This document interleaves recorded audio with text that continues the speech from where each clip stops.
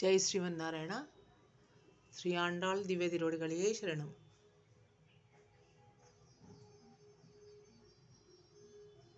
అందరికీ ధనుర్మాస శుభాకాంక్షలు.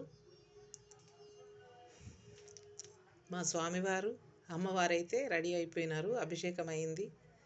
మంచి వస్త్రాలు కుట్టిన నేనే చేయితోటి ఇంట్లోనే కుట్టి వీళ్ళకి అభిషేకాలు వస్త్రాలు కట్టి బొట్టు తిరునామం పెట్టి శ్రీకృష్ణునికి గోదామ్మవారికి గోదామ్మవారు రంగనాయక స్వామి, ఈయన కూడా రంగనాయక స్వామి, మాకు అన్నయ్య కృష్ణయ్య. ఈయన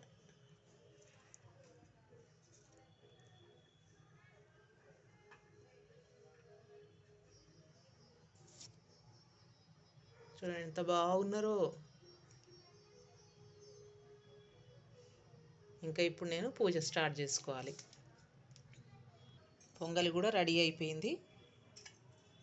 నేను పొంగలి పొయ్యి మీద పెట్టి నీళ్లు పోసి కడిగి అంత మంచి కడిగి బియ్యం అవన్నీ పొయ్యి మీద పెట్టి కొంచెం చిన్న మీడియం ఫ్లేమ్ పెట్టి చేస్తున్నాను. అటు అభిషేకము, అక్కడ దేవుణ్ణి అలంకరించడము, అమ్మవారిని అలంకరించడం అవన్నీ అయ్యేసరికి పొంగలి కూడా అయిపోయింది.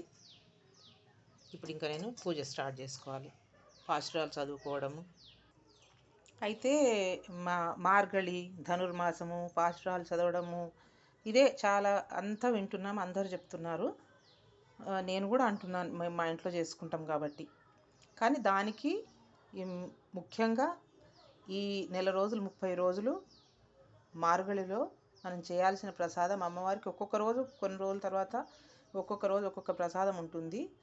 పాలు పలుకులు అవన్నీ కలిపి చేసేది, నెయ్యి బాగా వచ్చేసేది అవన్నీ ఉంటాయి, కూడారాయి అవన్నీ చేస్తాము. ప్రస్తుతం వాటితో పాటు ప్రతిరోజు చేసేది మాత్రము ఈ పొంగలండి. ఈ పొంగలికి కావాల్సినవి బియ్యము, కొత్త బియ్యం అయితే మంచిగా అన్నం బాగా మెత్తగా మంచిగా వస్తుంది పొంగలి.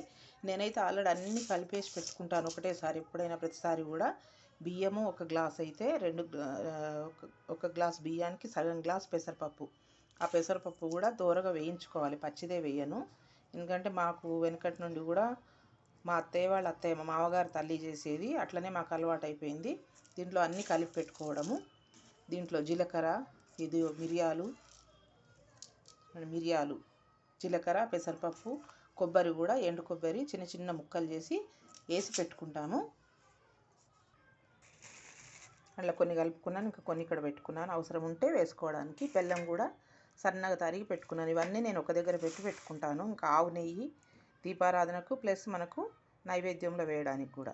ఇంక ఇవన్నీ కలిపి పెట్టుకొని మనం మామూలుగా ఎప్పుడైతే పొంగలిని వండుకుంటాం కదా, నైవేద్యం చేస్తాం కదా, అదే ప్రాసెస్.